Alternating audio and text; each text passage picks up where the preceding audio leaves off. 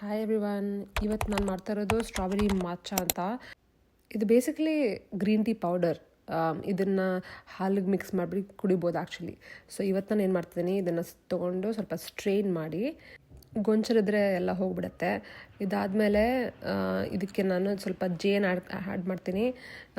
ಜೇನು ಎಷ್ಟು ಬೇಕಾದರೆ ಹಾಕ್ಬೋದು. ಇದು ನನ್ನ ಫೇವ್ರೆಟ್ ಜೇನು ಕೆನಡಾಯಿಂದ.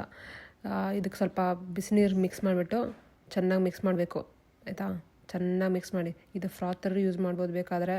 ನೋಡಿ ಹೆಂಗೆ ಕಾಣಿಸುತ್ತೆ, ಒಳ್ಳೆ ಕ್ಲೌಡ್ ಥರ ಇದಲ್ಲ, ಅಷ್ಟೇ. ಅದು ರೆಡಿನಾ? ಇವಾಗ ನಾವು ಸ್ವಲ್ಪ ಸ್ಟ್ರಾಬೆರೀಸ್ ತೊಗೊಳ್ಬೇಕು.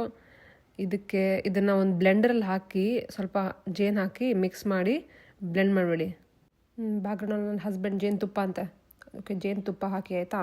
ಇದಾದಮೇಲೆ ಇದನ್ನು ಫ್ರಾತ್ ಮಾಡಬೇಕು. ಅಂದರೆ ಈ ಥರನೇ ಸ್ವಲ್ಪ ಫ್ಲಫಿ ಬರೋಕ್ಕೆ ಇದನ್ನು ಹಾಕಬೇಕಾಯ್ತಾ.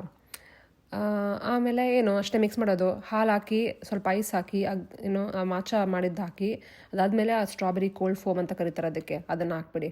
ಅಷ್ಟೇ, ಮುಗೀತು. ಎಷ್ಟು ಚೆನ್ನಾಗಿ ಕಾಣಿಸುತ್ತೆ, ಎಷ್ಟು ಒಳ್ಳೆ ಟೇಸ್ಟ್ ಬರುತ್ತೆ, ಡೆಲಿಷಿಯಸ್ ಆಗಿರುತ್ತೆ.